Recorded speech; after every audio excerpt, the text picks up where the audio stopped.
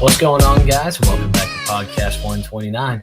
My name is Hunter Waldrop, and to my left is Mr. Jake Stenchcombe. We've got a jam-packed show on this glorious November 20th, 2025, year of our Lord. Mr. Stenchcombe, how are we doing, buddy? Good, man. I'm excited to be here. Glad we got to make this work this week. We only got two more Saturdays of these. Two more Saturdays left. Two more weeks to preview, talk about, and then we got the conference championship week, Army Navy game week, and this playoff time bowl season. I mean, we talk about every week how it's flying by, but starting to get real down the stretch here.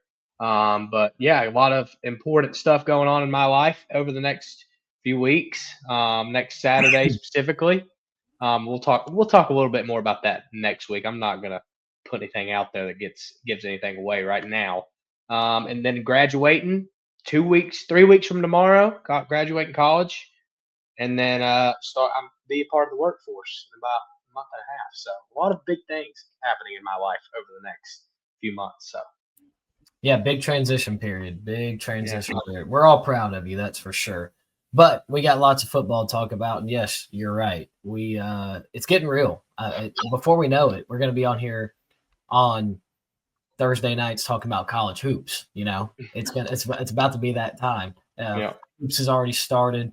I know you're a big NBA guy. NBA's already started. I'm an NHL guy, so like we're in full swing. But we've got 2 full weekends of football, college football that is left, so we need to enjoy them while we can. So Jake's only got about 40 minutes, so if he has to get up and go, you'll just listen to me the rest of the time, and I'm very excited about that. But without further ado, we got to recap Week 12 and preview Week 13. I'll do the socials. Jake, please go follow us on Instagram, Twitter, and TikTok. Jake runs the TikTok. He is technologically challenged, but he tries his best every day. And sometimes he's really consistent with it. Sometimes our lives get caught up. But please go follow us at TikTok at podcast.129, on X at podcast_129, which I got on today, and I let somebody have it because they are – well, we'll get into that in a second. We talk about the CFP rankings, and then I also run the Instagram at podcast_129, always posting stories on there, usually our weekly picks, and that's where you'll find the links to our shows. So please go follow us on there as well. All right. The college football. Yes, Jake, go ahead. I know we're about to talk about college football playoff rankings, but for the people, I would like to start this off. It's okay with you, Hunter. Because me and you haven't been able to talk about this. I only saw the tweet. I would like to read the tweet out to the people, and then you can start the playoff talk by explaining where this came from. I mean, I can say that I 100% agree with it, but I feel like this is a good place to start. I would rather you start out the conversation than myself based on the tweet you sent out. So is that good with you? Yeah, go ahead, buddy. So 7 hours ago, Hunter Waldrop got on Podcast 129 Twitter and tweeted, and I quote, "If you cannot comprehend the difference between football played in the SEC compared to the ACC, the Big 12, and the middle or bottom of the Big 10, you don't understand the game of football, and your takes should not be taken seriously."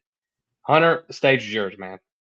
Yeah, so the reason I tweeted that out is because today on Twitter, I guess it's been going on for the past few days, I guess since Tuesday night, but I hadn't really been on Twitter a whole lot before then until today, and I saw a lot of people complaining that the only reason why Tennessee and Missouri are ranked are to boost Alabama and potentially Oklahoma.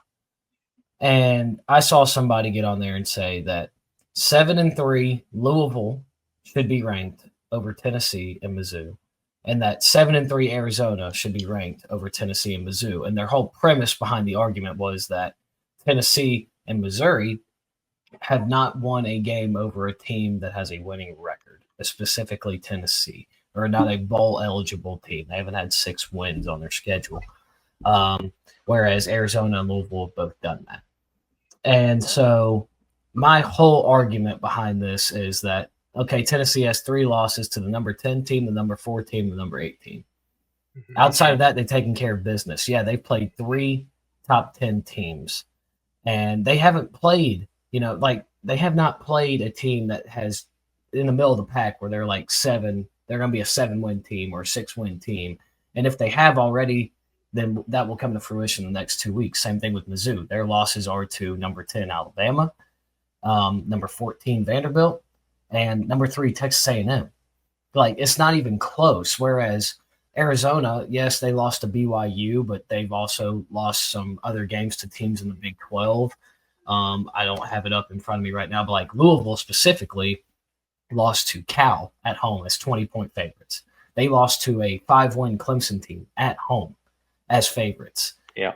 And I forget the third team that they lost to. They lost to Virginia, who's ranked 19th. Miami, who's 13th. But my whole thing behind this is that if you don't understand what talent composite is and like what is made up of these rosters and how deep 1 through 16 the SEC is, you just don't know ball. Like, I don't know a better way to put it than that, because these are like half the SEC is blue chip ratio teams. And if you don't know what the blue chip ratio is, go look it up. Bud Elliott does a really good job of explaining it. Pretty much you have so many recruits on your team or talent composite team, or your team is composited of a roster that has the potential to win a national championship based off history and analytics and statistics. But yeah, they've both lost to 3 top 15 teams. Tennessee's lost to 3 top 10 teams. And Alabama was on the road, and they were complaining that Alabama should not be in the top 10 and that BYU should be over them.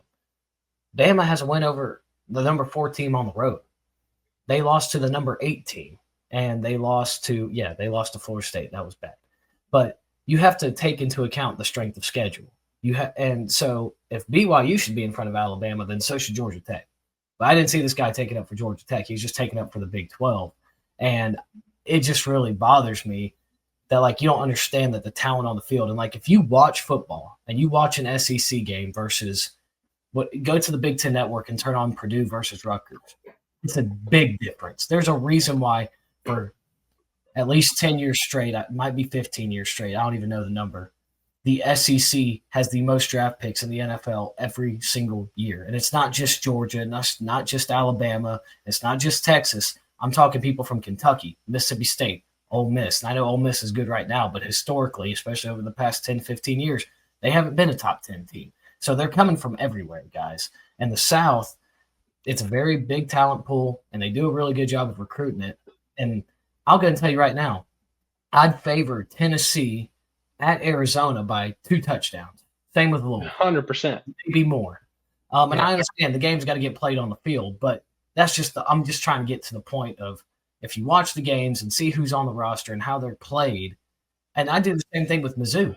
I probably knock it down a little bit because Zollers is their quarterback right now, but Eli Drake can coach, man, and I think they would both take care of business on the road against Louisville and against Arizona with ease. And that was just my whole point. People complaining that Virginia's ranked too low, and I'm just like, have you not watched the ACC this year? Like, yeah, I understand that Georgia struggled with Florida, and it wasn't like a convincing win. And like Ole Miss, they've struggled with some teams this year. Guys, the SEC is good. There's a reason why Mississippi State is like 8-2 against the spread this year. Okay? They keep it close, and they are the worst team in the SEC. Just like Arkansas, they can score with anybody in the country. They were a fumble away from beating Ole Miss on the road. They were a fumble away from beating Memphis. And I know Memphis is a G5 team, but like Arkansas is a plus 16 point differential. They are 2-8. And for those who don't understand what that means, they've scored more points than they've given up this year. Like the best 2-8 team ever. Yeah. Ever. So that was my whole premise behind it. Now I kind of rambled on, but you're good. I just don't understand how people don't get it. They just don't understand it. And it's not even me being SEC biased. It's just facts. So I have a few points to kind of rattle off of what you just said. I agree with everything you said 100%. First thing is, I think you could shut down, like, just as far as the quote goes that the guy said or whoever said it on Twitter, like you talked about, like, you could shut that shit down immediately when you just compare the 3 losses of each team in this mix. Like, it's not that hard to compare. Tennessee is very intriguing to me because Tennessee is a field goal miss away at home against Georgia from being probably in the top 15 and being in the playoff hunt. They are a 6-point loss at home against Oklahoma, away from being a one-loss team and in the top 10 probably. And if Joey Aguilar doesn't throw a pick at half, right at the pick six at the half on the goal line, they could have won in Tuscaloosa. They're very intriguing to me because their 3 losses are against top 10 teams. And a few of those plays, if you balls turn, like they would have beat Georgia. If that field goal goes through the hoop, I think their season is completely different and they're a playoff team right Well, they also should have beat Oklahoma. And I'm the biggest Oklahoma bandwagon fan on here. Oklahoma let them hang around, and they gave them opportunity to win in the second half, and they didn't take it. Yeah, I mean, G5 Joey threw 3 picks in the first half, or 2 picks and a fumble in the first half.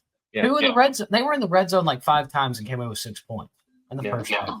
Like, their season has been totally different. Yeah, that was one of them. And even you look at Missouri. Missouri should have beat Vandy. They had the ball inside the red zone, I think, 3 times.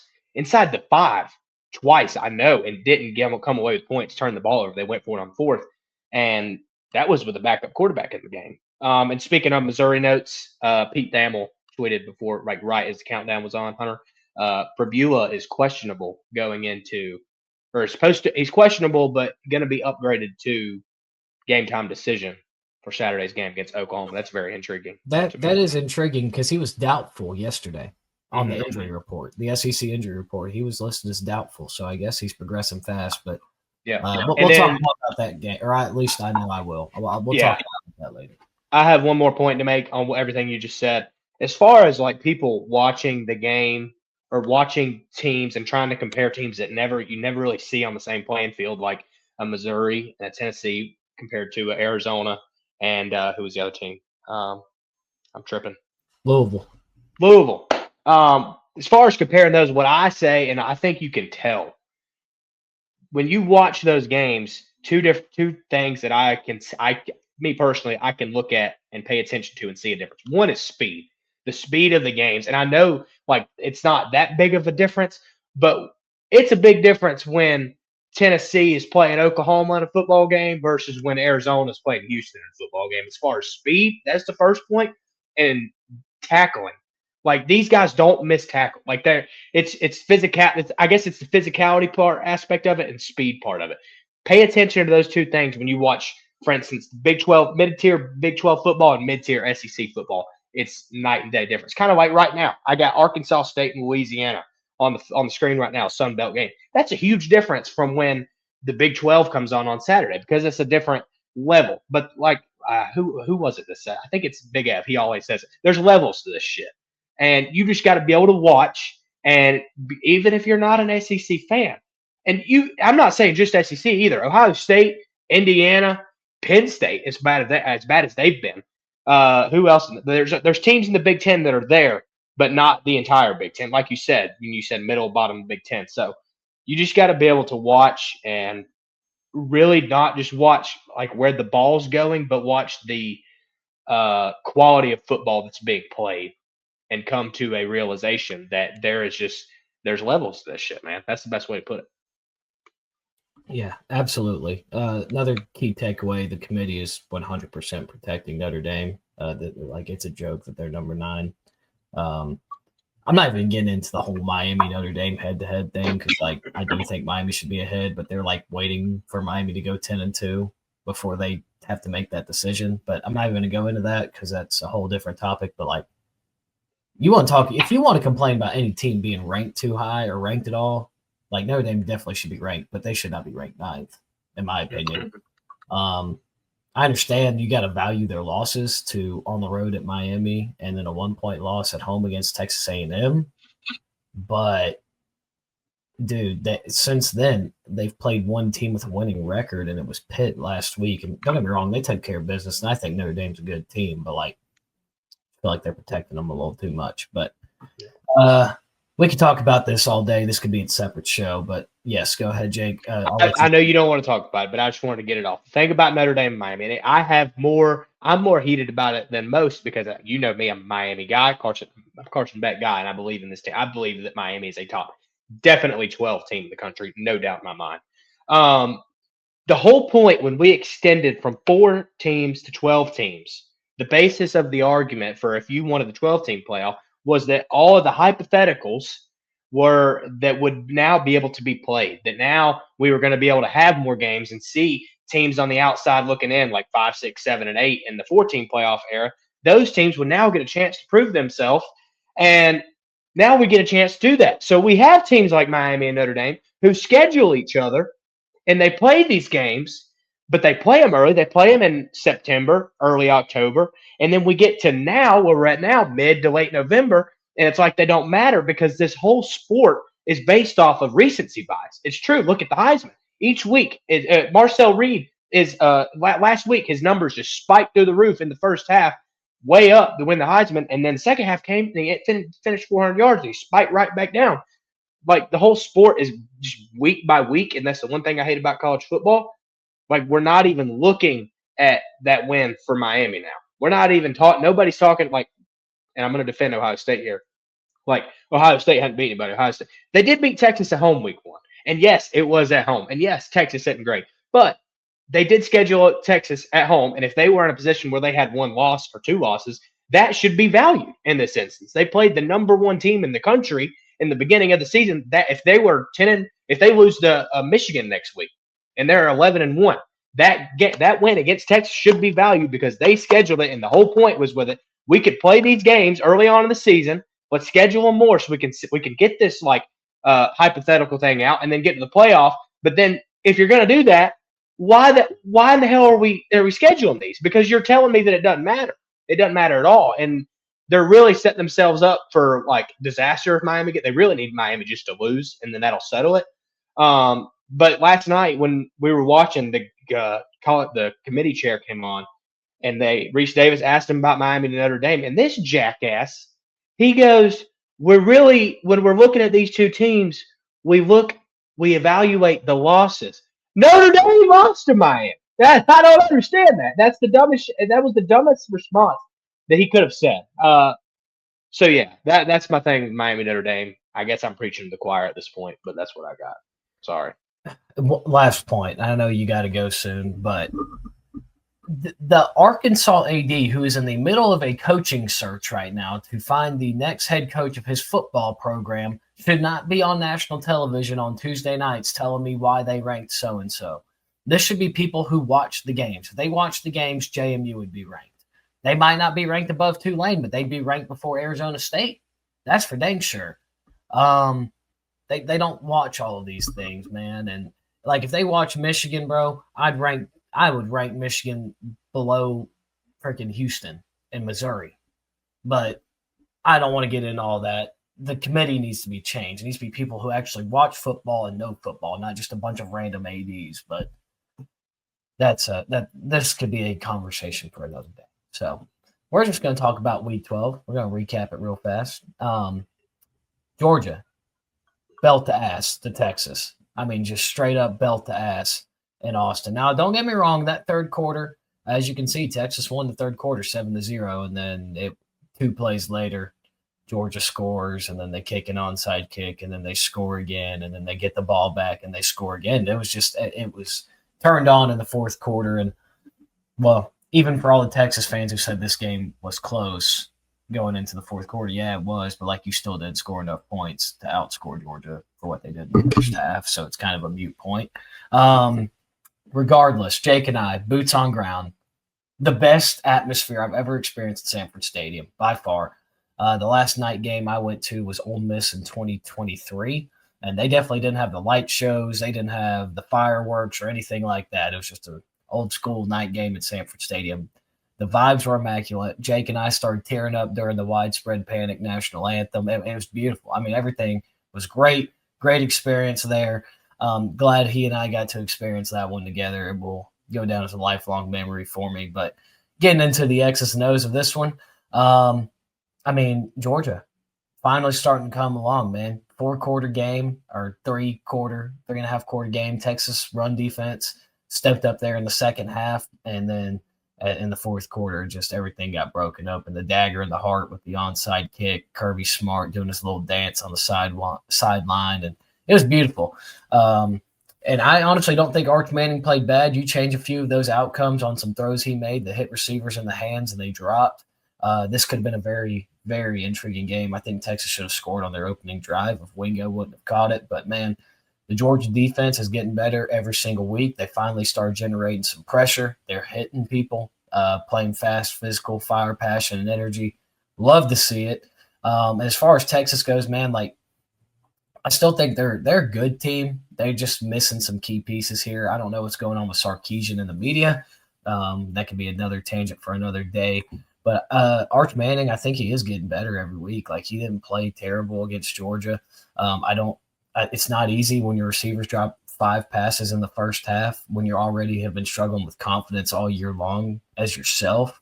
And then you finally start getting it together, and then your receivers and your supporting cast isn't helping you out.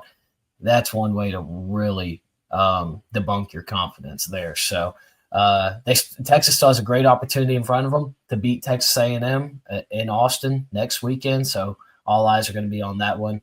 And then they got a rivalry game this week against Arkansas, could finish 9-3. As far as Georgia goes, Charlotte this upcoming weekend got Georgia Tech in the Benz in 2 weeks on Black Friday. Going to be a fun game as always. And they are sitting pretty, man. Still got a chance to go to the SEC championship. Need some help from either Auburn or Texas, but we'll see how that goes. I know a lot of people don't want to play in the SEC championship, which I totally understand. If I was Georgia, I'd either want one of two things to happen. I'd either, one, not want to play in the SEC championship and keep the 4 seed, and that way you get 2 extra weeks of rest. Because the worst possible case scenario is, let's say, Bama or A&M loses on rivalry week. Georgia plays in the SEC championship, loses, and then has to play a first-round game. They already on the road. That's 2. No, they probably wouldn't play on the road. I don't think they would. But that would be 2 extra games for Georgia, and that would be really not ideal. But Gunnar Stockton getting better every week, needs more Heisman traction in my eyes. Offensive line really starting to gel. Run game came along in the second half. Mike Bobo had it dialed up, and this is a team, man. It's not a bunch of individuals. This is a team coming together, and it looks like they're peaking at the right time. And I'd say this is the second team that nobody wants to see in the college football playoff behind Ohio State. So that's what I have on this one. Yeah, I'll start with Texas. Like you said, I mean, this is one of the better games, probably a top 1 or 2 game that Arch has played all year. He was on time all night. He delivered a good ball throughout for 4 quarters. There wasn't a lot of misses. There were a lot of drops. It was like watching Carson Beck last year on Georgia. Couldn't catch a break a lot of times. And like you said, Hunter, that's not a way to build a young guy's confidence like that. But considering the circumstances that he was given with his receivers going on the road in Athens on a Saturday night, I thought Arch played great. And like we talked about with Texas last week, man, they got a big game problem. It's like the mental mistakes, the lack of focus at times, poor tackling, offensive line can't get a push. We were told preseason this is one of the better offensive lines in the country. And yeah, Georgia had one of their best games, but as far as pass rush goes, there was no threat at any point in that game for them to get a run game going. Sark has a big game problem. There's no other way to put it, really. It's unexcusable for a big brand like that, and the program that Sark has built for them to each time they get these big spots to just get bullied. It's happened 3 straight times with Georgia. And then as far as Georgia goes, peaking at the right time. Before you make that point, Texas has played Georgia 3 times in the last calendar year, and in all 3 games combined, they have 83 yards rushing. Yeah, that's a problem. Steve Sarkisian is 0-7 against Ryan Day, Kalen DeBoer, and Kirby Smart. Yeah. They don't have an identity under Steve Sarkisian. Nobody knows what direction this program's going in. Continue. Yeah. As far as Georgia goes, look, man, we're peaking at the right time. That's the best 4-quarter game that I've seen put together by Georgia front 7 in the past 2 years. Guys all over the place: DeMello Jones, Chris Cole, Justin Williams, Elijah Griffin, guys just all over the place and getting pressure on the quarterback, stuffing the run.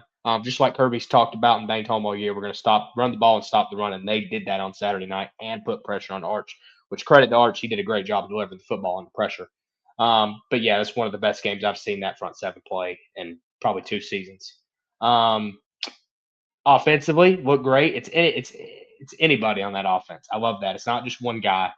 Any guy can step up at any time. We got 3 or 4 backs that can get you at any point. Several receivers, several tight ends at any given moment. And I love the depth offensively that they have. The offensive line's played great.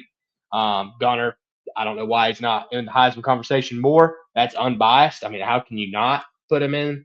At least I think he deserves an invite to New York, no doubt. He should be number 3 in the odds. Like, I do not get why Diego Pavia and Marcel Reed are above Gunner Stockton. I don't think get it. Pavia is just that's the popularity contest, personally. But I think it should be Sayin, Mendoza, Reed, and Stockton. Well, I mean, no, actually, you got to have maybe Simpson in there. Anyways, that's a different conversation. Georgia, man, like Kirby, last year we said that was his best coaching job with what he had. But this year, man, he's been in his bag with some coaching call, like the onside kick, strategic timeouts, special teams like the punt thing last week with was it Mississippi State when that happened? When we brought everybody off and brought everybody back on? Yeah, Mississippi State. Like, he is in his bag in situational football coaching moments, and I love it. He knows it. And with a team like this, peaking at the right time, Kirby coaching like that, playing full games. You got to give up. I mean, a letdown this week against Charlotte, and then next week you play a good football team. It's a rival. It's their Super Bowl. It's a good warm up going into the playoff. I think this is them and Ohio, and this, Hunter, I'm being as unbiased as possible. And you said it too. The 2 teams, I think one of these 2 teams are going to win the national championship. It's us or Ohio State. The reason I'm not saying Bama in those 2 is because I don't think Bama is. I think they have a run. They can't run the football, and when you get to Arch, when you get to Ty Simpson, there's a problem. We're about to get into that in a minute. Oklahoma kind of exposed that on Saturday. Your boys. I'm not ready to put Alabama in that conversation yet. I just think Georgia is so complete, like Ohio State. It might not have the same talent as far as like X factors like Jeremiah Smith, Caleb Downs, but Georgia and Ohio State, I think, the 2 most complete teams in the country. And I think they are the 2 top threats to win the Natty this year. Still saying Ohio State's going to win, but Georgia has cemented themselves. They proved it. Yeah, I agree with that 100%.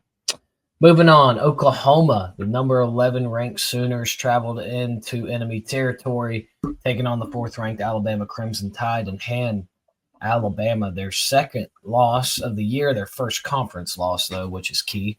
Now, Bama, all they got to do is beat Auburn, and they're in to the SEC championship. So very interesting there. But, man, Jake, the vibes of this game, dude, me and you, I mean, leading up to it, I was like, Jake, I can't do it, man. Like, I can't bet on Oklahoma. I can't do it, but I really want to. And he was like, how about you just look at this right here? Shows me his phone. And I was like, well, now I got to do it. No man rides alone, of course. And came home for us. John Mateer scored a touchdown, which was great. We were both on that. So immaculate vibes. Man, it started from the get-go. It started from the get-go. 3 and out, a sack and half a sack on the first possession. And then Satania, awesome play, keeping his balance, takes the ball down to the 30, and then it was game on from there. And yes, it really pains me to say this, but like Oklahoma's offense is kind of trash. I feel like it's getting a little bit better. It's getting back to that point where it was against Michigan, but like it's going to take time. Things just haven't been the same since my boy Mateer got injured. But like if they continually get better every week, they can be a little dangerous.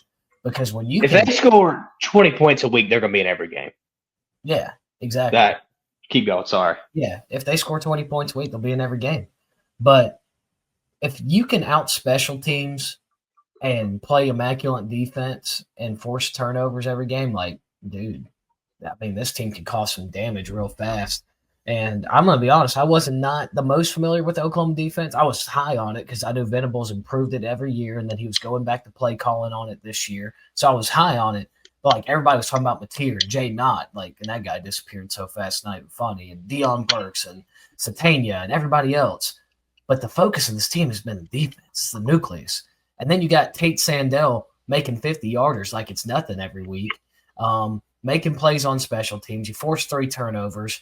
And we said it in the preview, if they can get pressure on Ty Simpson, because we know they're not going to be able to run the ball. But I said that's a moot point. It doesn't matter if Oklahoma's good at stopping the run because Alabama can't run the ball. So those like cancel each other out automatically. It's not like a who's going to win this battle. It was if they can get pressure on Ty Simpson, chaos can happen because when he does not have time, he is not the same QB. And first quarter pick six, Bowen. One of the shout out to the Bowen twins. Hell of a game from them too, playing defensive back 22 and 23 for Oklahoma.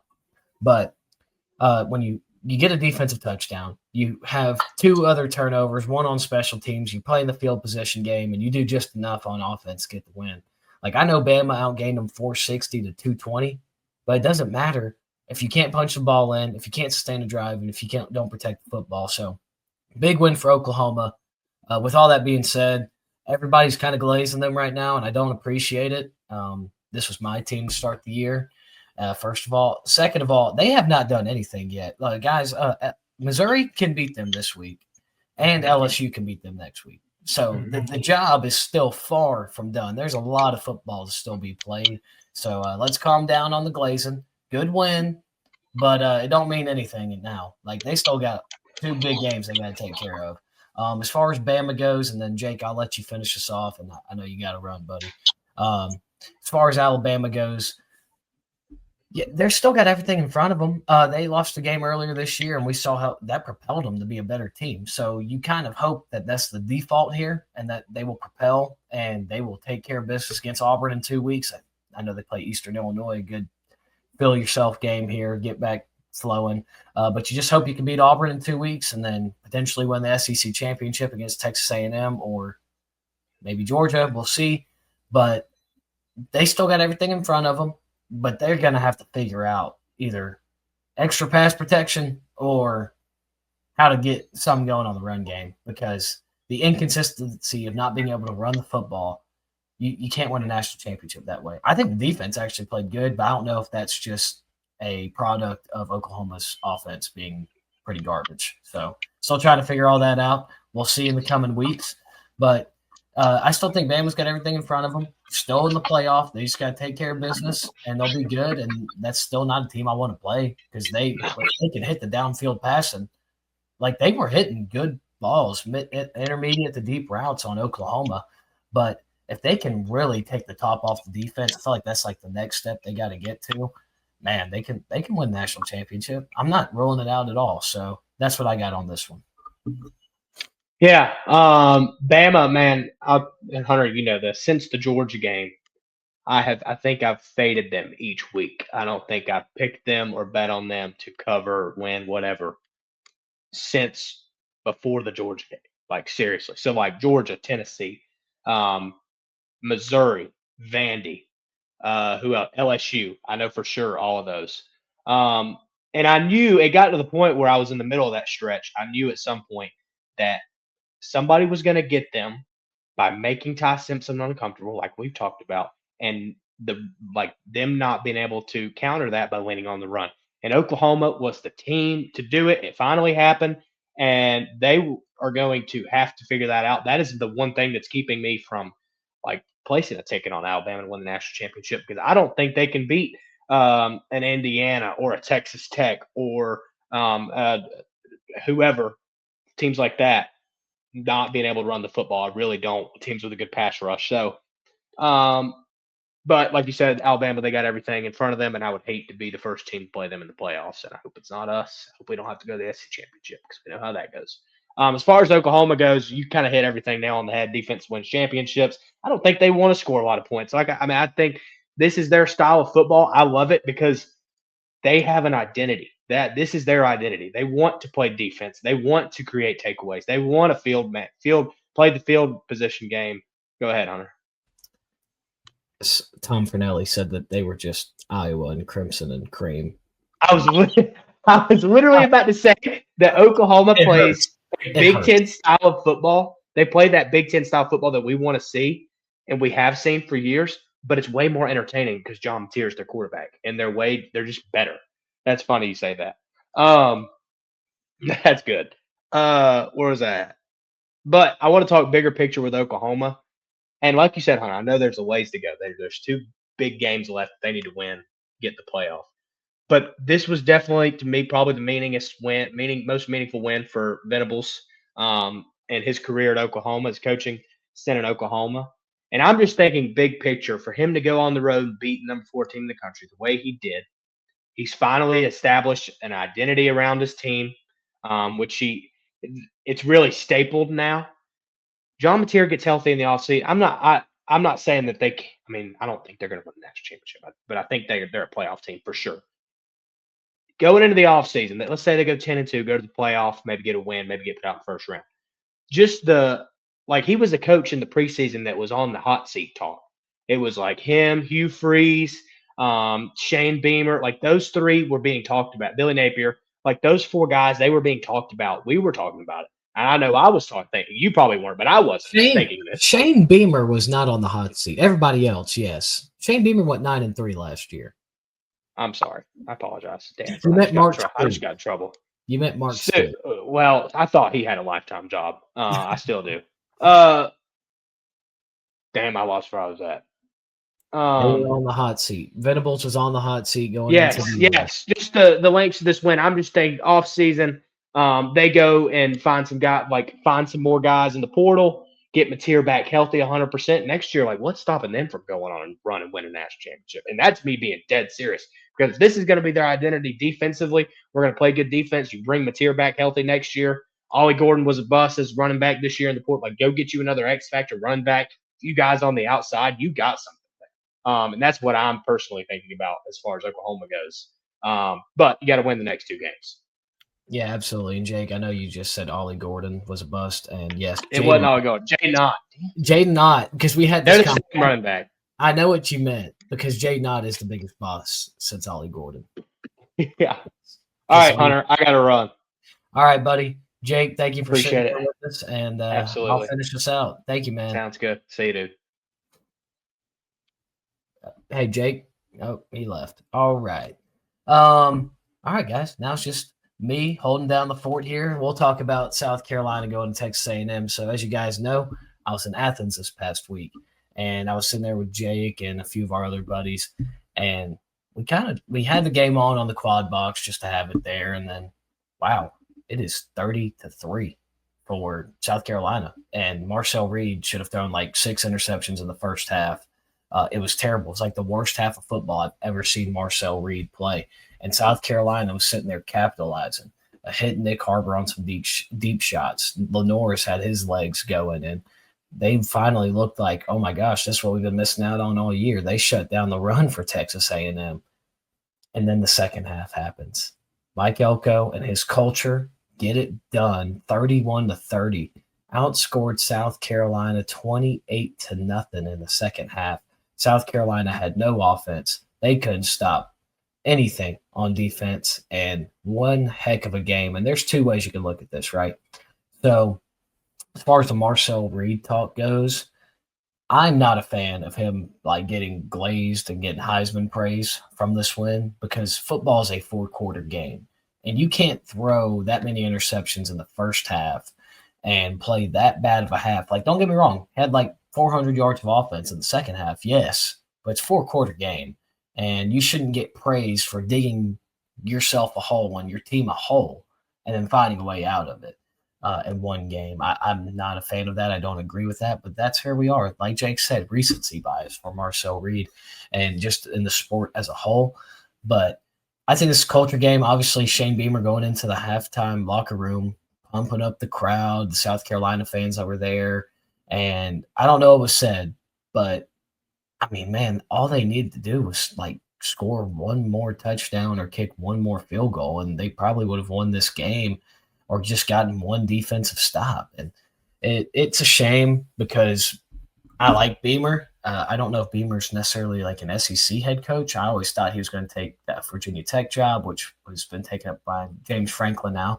And we'll talk more about that later on. Excuse me, got some in my throat there. But, man, what a win. There's 2 ways you can look at this. That's the point I was trying to get to here is that the first point being, man, A&M finds a way to win. Like, you got to give credit to a team who found a way to win a game when it was not looking good and it was looking doubtful. Or you could be like, man, A&M's just not that good. Like they finally had a team give them something that they wanted, and they got exposed a little bit. And you know what? If they did get exposed, we'll see it down the road, whether it's against Texas, whether it's in the SEC championship game, or whether it's in the college football playoff. We'll find out if they actually got exposed. So that's one way to look at it. I'm kind of sitting there in the middle, sitting there going, okay, you know what? They haven't really been tested this year. They got tested by Notre Dame, obviously, week 2, but like since they started SEC play, they have not been tested. I mean, they have played the bottom 7 teams in the SEC this year. They play Texas, which will be by far the best SEC team that they've played so far. So I'm interested to see how that game goes. Obviously, a rivalry game happening on Black Friday night. So good game from Texas A&M finding a way to win. Got to tip my cap there. We'll find out if they got exposed. But, man, brutal for South Carolina. Hate to see it. And that is it for our Week 12 recap. And now we're going to head into Week 13. And moving on to our Week 13 recap, or Week 13 preview, excuse me here. So game 1, we got Oregon taking on Southern Cal. Oregon laying 9.5 at home, hosting the Trojans. Man, so if you guys listen to the show, you guys understand I have a Southern Cal problem. I like Lincoln Riley. I'm not scared to say it. I think Jade Mayava is the first quarterback that actually plays in the Lincoln Riley system. I think Makai Lemon and Jacoby Lane are the second best wide receiver duo behind Smith and Tate at Ohio State, at least in the Big Ten.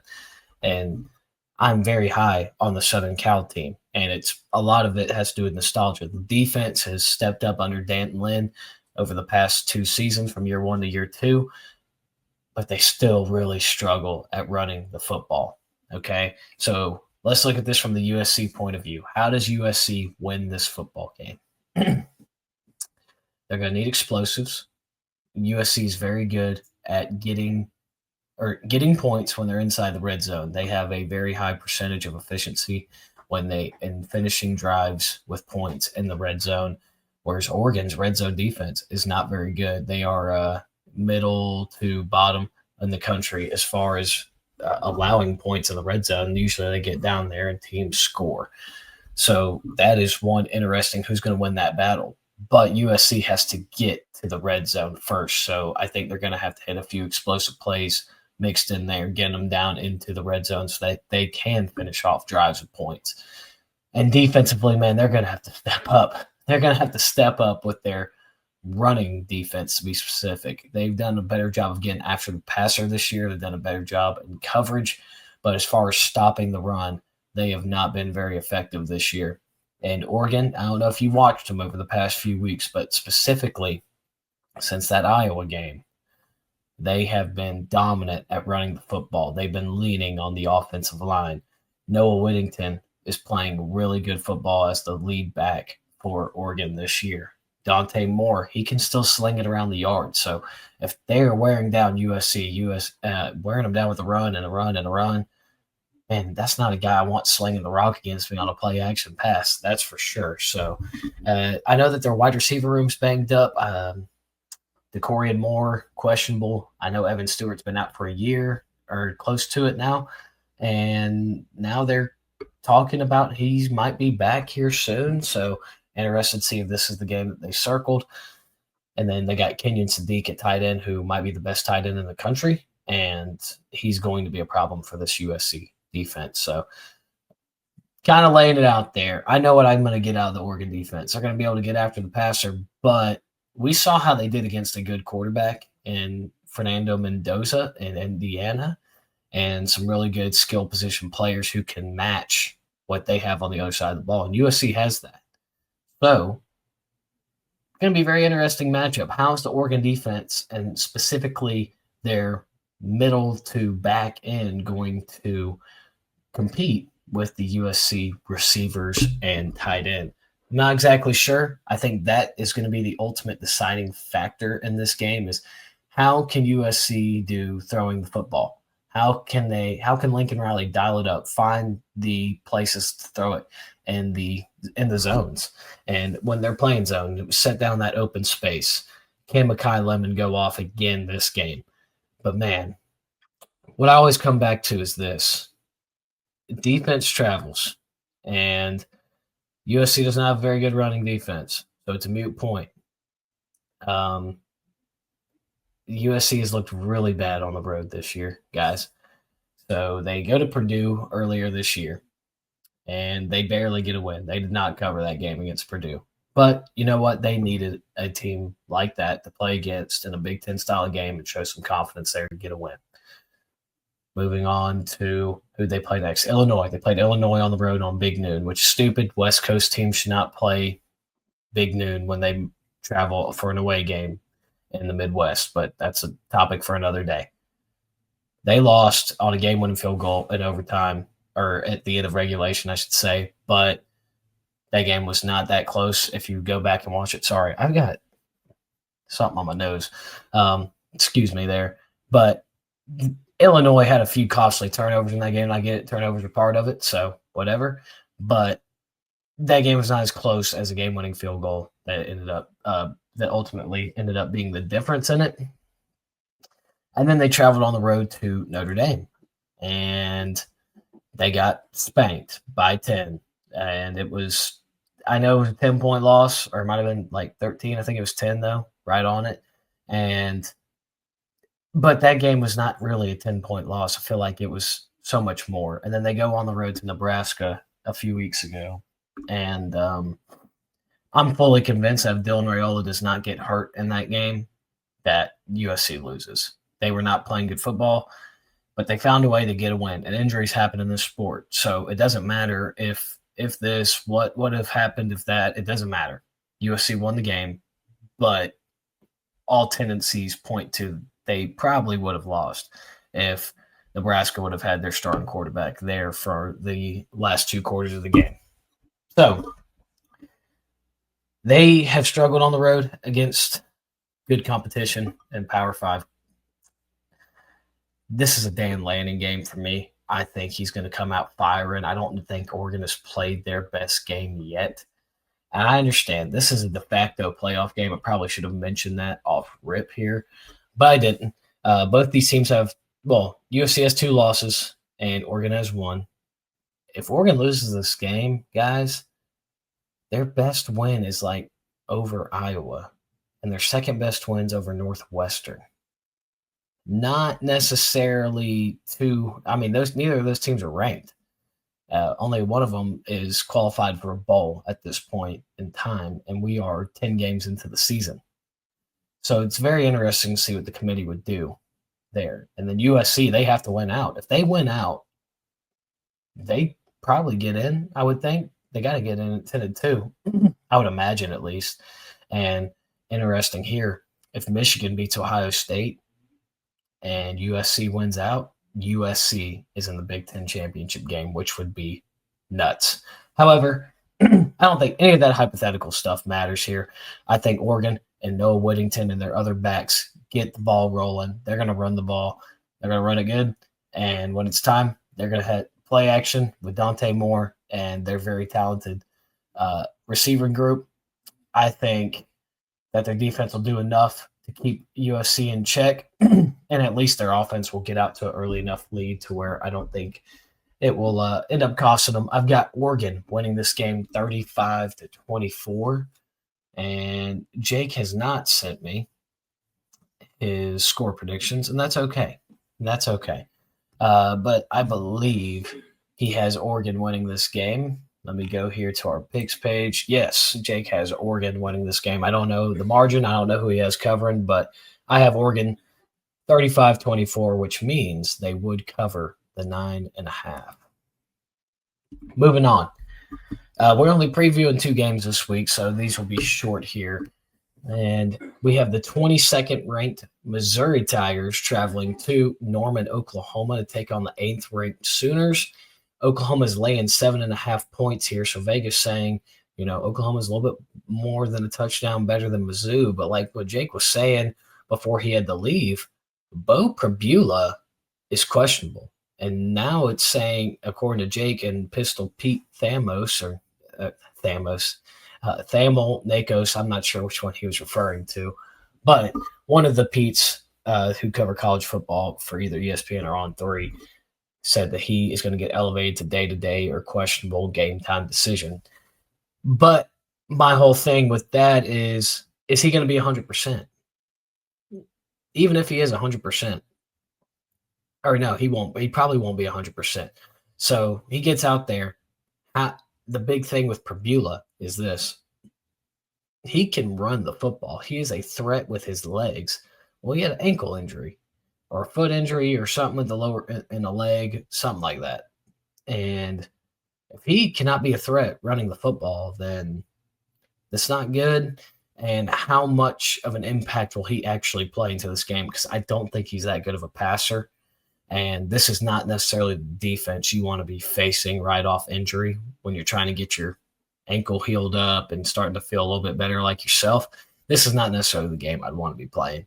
So I don't know how much of an impact he will end up having on this game, but the key matchup here is if Mizzou can run the football. Ahmad Hardy ran for 300 yards on Mississippi State last week. Oklahoma, very good at stopping the run.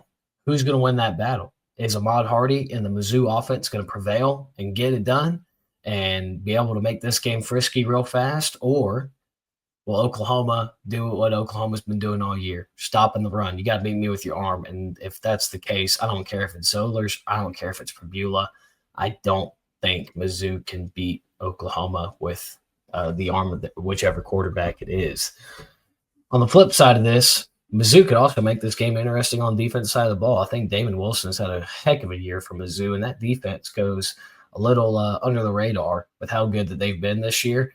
And the Oklahoma offense has not been good. So Oklahoma's going to need that defense to step up. They're going to have to play the field position game again, unless their offense can really get something going, which I'm not sure if this is going to be the week that they can do that. I don't know.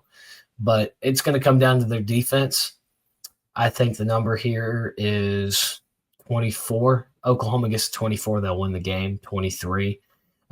We did see how Vandy's defense did against Mizzou, and that was with the healthy Prebula. I think same thing's going to happen here with Oklahoma, and they'll do just enough on offense, play a little bit of a field position game on special teams, and probably maybe force a turnover too. Turnovers are going to be crucial in every Oklahoma game because Mateer has a tendency to like to turn the ball over, but their defense is very good at taking the ball away from the opposing offense. So whoever wins the turnover battle here, whoever has efficiency in the run game versus stopping the run, Ahmad Hardy versus the Oklahoma defense, that will be the deciding factor in this game. And like I said earlier, guys, I've been tooting that Oklahoma horn. I've been pretty much riding shotgun in the Boomer Sooner wagon that they run out onto the field with every home game. I mean, I've been right there with them all year long. And I'm telling everybody, pump the brakes. Let's pump the brakes. Mizzou can beat them. Like, I'm shocked this number 7.5. I think Mizzou covers 7.5. And I know LSU can beat them. I know LSU's kind of fallen off the tracks a little bit this year, fired their coach, and things are not looking hot right now in Baton Rouge. Bench Garrett Nussmeier, but that's a losable game. That defense is still very, very talented. So I am going to take Oklahoma to win. I'm going to take Mizzou to cover. I'm going to go 23-17. Oklahoma wins.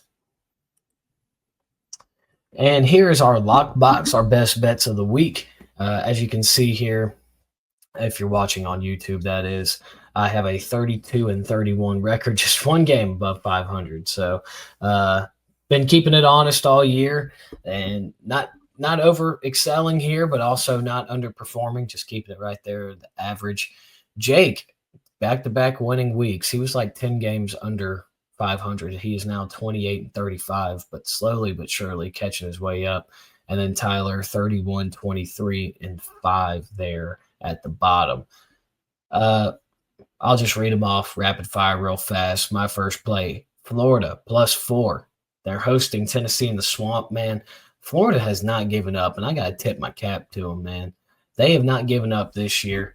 They are still fighting for Billy Gonzalez. The defense is still very talented, and The offense is still showing promise, even though, you have people checking out for the season, entering the portal, taking red shirts, whatever. DJ Lagway is still showing, hey, I still got talent back here, man. And Jaden Baugh is that dude. The last time Tennessee has gone into the swamp and won was 2003. 2003. I was 9 months old in September of 2003. It's crazy. And it's been a long time for the Vols. I know the Vols just played New Mexico State last week, but man, Joey Aguilar has just not been himself since that Alabama game, really. He is not playing the role of superstar, I should say, because he is playing more like his Appalachian State self than his first half of the season Tennessee self. That's probably the best way to explain it there. And I think he's going to turn the ball over. I think this Florida defense is going to show up. So give me the Gators +4. I'm taking Jackson Harris to score 2+ touchdowns. This was a very unique play of mine, but Jackson Harris is the number one receiver on Hawaii. And as you guys know, if you've listened to this show or watched it on YouTube, we love taking Hawaii against the spread, especially when they're at home on the island. This week, they were traveling to Las Vegas to take on UNLV. UNLV's defense is not very good, especially that secondary. So I think Jackson Harris gets it done, scores 2 touchdowns against UNLV this upcoming week. +150, really good odds. Let me take you to Montana, Bozeman, Montana.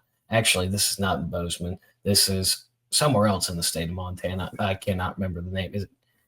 Yeah, no, I can't remember the name of the city right now, and it's really going to bother me. Regardless, the team from Bozeman, Montana, Montana State, is traveling to the University of Montana to take on the Grizz.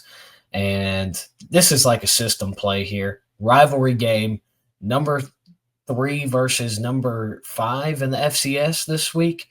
Both teams in the state of Montana. Rivalry week, big game, Battle of the Wild, or Brawl of the Wild is the name of this rivalry. Sick name, Brawl of the Wild, absolutely.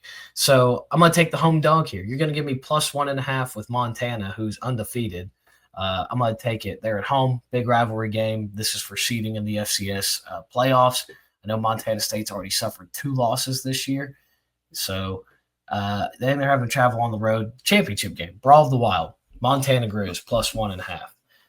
Moving on, Kentucky. They're going to Nashville this week, taking on Vanderbilt. They're getting 9.5 points. I love that. Kentucky's really been coming along the past few weeks. Got a win over Auburn, and that game sucked. I hope nobody had actually watched that game. They blow out Florida at home, and then last week got a win over Tennessee Tech. So they are 1 win away from being bowl eligible. They have 5 wins. They've got Vandy on the road, and then they finished the year with Louisville. I like Kentucky to keep this one within 10 points here. So give me Kentucky +9.5 against Vanderbilt. Rice. Not a team you hear a lot on this podcast, but they are playing North Texas this week, and that is Jake's G5 darling, the North Texas Mean Green. But I'm going to take the Rice Owls +18.5. So Rice runs like a variation of the triple option, shotgun triple option, but they keep the same principle of long possessions, drain the clock. And so I think they're going to hold on to the ball just long enough and hold a lot of time possession, not give the ball to Drew Mestamaker too many times to score points here. And I like Rice to keep it within 18.5 against North Texas. Jake, in his lockbox this week, he's got Kennesaw State -6.5. I do not know who Kennesaw State plays this week. I'm sorry. I don't know, but he's taken the Kennesaw State Owls -6.5. They're playing somebody in the Conference USA. Louisville traveling to SMU this week. 2 brutal losses at home. And Jake did say before he got off and before we started recording, he said, this is a Jeff Brom bounce back. Give me the Cardinals +2.5. So he's taking them to go on the road to Fort Worth and get a win. Moving on, Penn State -8.5. It's going to bother me if I don't know who Penn State plays, so I'm going to look this one up real fast because I'm going to be honest, I've kind of checked out of Penn State football outside of that one time they played Indiana. They are playing host to Nebraska. And they are laying 8.5 Nebraska coming into town with a backup quarterback. Penn State still got a chance at a bowl. They got to win this one, and then they got to win their next one. I'm pretty sure they finished the year with Michigan State, if I'm not mistaken. So they got to beat Nebraska, got to beat Michigan State, and they're in a bowl game, which would be huge for where they were just 2 months ago. So Jake is rolling the dice for the Nittany Lions there. He's also taking Oklahoma Mizzou over 42, and he said his only explanation for this one was that everybody's taking the under, so I'm going to take the over. I'm going to play the opposite. It says too public of a play. Hey, man, you do you. I'm not in the market of taking overs in Oklahoma games. And then finally, he's taking North Texas team total over 36.5. Thinks he thinks they're going to run it up on Rice, which there is definitely a path for that. My play is a lot more sweaty than his. Tyler, back with the train this week with the best bets. Last week, got busy, wasn't able to provide any for us. So he's rolling the dice with UNLV minus 2.5. Man, fading the Rainbow Warriors. I hate it because I'm going to be on Hawaii plus 2.5 this week. Love the Rainbow Warriors in this spot. But Tyler, me and you doing some battle here. He's rolling with the Rebels. He's also taking BYU minus 2.5 against Cincinnati. That is a night game on Fox on the road in Nippert Stadium in Cincinnati, Ohio. Tough spot for the Cougars as BYU, they continue to roll since their loss to Texas Tech. And last week, Cincinnati went down. So sketchy spread, weird number here, night game, weird things can happen. Tyler is rolling his dice with the freshman quarterback, Bear Bachmeier and Kalani Sitake to go into Cincinnati and get a win by a field goal. Oklahoma minus 7. I'm shocked Tyler's doing this. I really am, because Tyler has been the biggest Oklahoma fader this year, and he is taking the Sooners to get a touchdown win at home against Mizzou. He has taken TCU +1, and he's taken Cal -3. Cal playing Stanford this week in the Battle of the Axe. And, yeah, that'll be a fun game. Will the band be on the field? I don't know. TCU is playing Houston this week at Houston. So pretty much who you betting on, Josh Hoover or Connor Wegman? Tyler is going with Josh Hoover. Play of the week. So last week we finally introduced this slide. We always made the joke that, yeah, this is our play of the week. It would be on our lockbox or whatever, and two of us would have it. Then last week we incorporated the graphic, and we said Gunnar Stockton touchdown. And man, I wish y'all could have seen. I wish a camera would have been on Jake and I when Gunnar Stockton scored that touchdown last week. We were jumping up and down like we just got our first gaming console for Christmas. It was awesome. We had a great time, and that was the most electric part of the game for us. This week, our podcast 129 play of the week is NC State +6. They are at home against Florida State this week. I don't think Florida State should be laying 6 points on the road against anybody. Furthermore, I kind of like NC State outright in this game. They still got to get to a bowl. This is their last home game at Senior Day. Big game for Dave Doran and co. So we're going to roll with the Wolfpack. Triple option parlay +450. My leg was Jaden Ball to score a touchdown this week against Tennessee. I think it's like -250. A good little parlay piece there. Jake is rolling with the Roadrunners of UTSA to get the win outright in the Alamo Dome, which I don't hate at all. Jeff Traylor and the Roadrunners are very, very, very good, not just against the spread, but like record-wise in the Dome in San Antonio. So I love that. He's rolling with McCown and the boys to get the win in the Dome. And then Tyler playing Illinois -8.5. I don't remember who Illinois is playing this week. Wisconsin, yeah, they're playing Wisconsin. He's rolling with them to keep it going. Finally, our Saturday shockers here. I talked about Florida at the beginning of our betting pages in our lockbox. I like the Gators to get the win at home, a much-needed win for them, and just to kind of get the vibes going in Gainesville. It's in the Swamp, 7:30 kick against Tennessee, an underrated rivalry game. Give me the Gators to get the win, +155. Jake, this is just drugs. I don't really know how to describe this. And he said he wasn't going to bet it, but he just said it'd be really funny if he gave it out on the pod and then it hit. He's taking Kansas State plus 640 against Utah, and I'm just going to leave that at that. And then Tyler taking Baylor to get a win this week.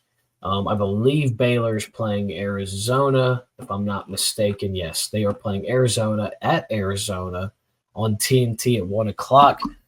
Big game for Baylor because they are 5-5 and they're trying to get to a bowl game, and Dave Aranda might be on the hot seat. So Saturday Shockers, Florida, Kansas State, and Baylor.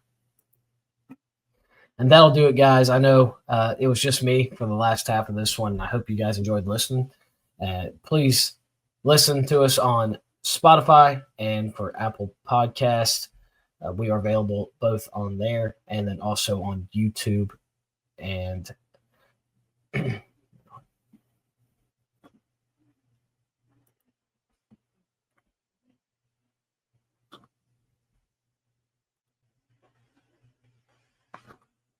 all right, Tyler, I'm gonna redo the outro here. I'm gonna just start here, and then I'm gonna flip to the slides and do the shout outs to the YouTube, the Apple, and the Spotify. 3, 2, 1. And that's all we got for you tonight. I know it was just me there at the end. I'm glad Jake was here at the beginning, got to talk some recap and some college football playoff. Hope you guys enjoyed listening to me. I know it's something a little bit different, but this is something I really enjoy doing, and I appreciate for those who stayed and listened till the end. Please subscribe, like this video. It does a lot for us, and it helps the algorithm out. Tyler said that like 50 or 60% of the people who listen to our shows are not subscribed, so please go do that. And then on Spotify, we're on Apple Podcast. We do it all. We're on all platforms. Listen to us on there. I'm pretty sure there's a place where you can leave a 5-star review and leave a little comment there for us as well. So please go do that for us. We appreciate those who listen. And do not forget that there are things bigger than football out there, and that Jesus won the battle. Thank you guys for listening. This is podcast 129.